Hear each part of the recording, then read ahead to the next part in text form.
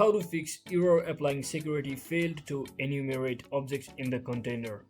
So if you're also facing such issue on your Windows laptop, then what you can do is first thing just open up any of your respective root folder.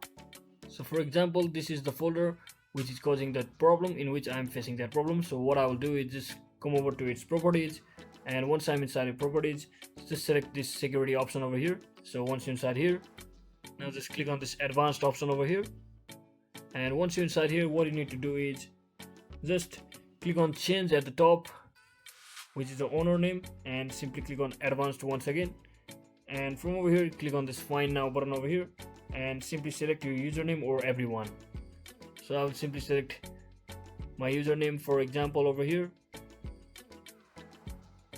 And once you select the user, so again you have to click on this option over here, that is replace owner on subcontainer as object, and you can also check this option over here as well, and simply click on apply and click on OK. And if it asks you yes or no, you can simply choose on yes. So for now I'll just click on no, and once you do all of that, click on OK, and just like that you have successfully fixed the issue. So that is it for today, guys. I hope this video was helpful. If it was, don't forget to like and subscribe to the channel. See you on the next one.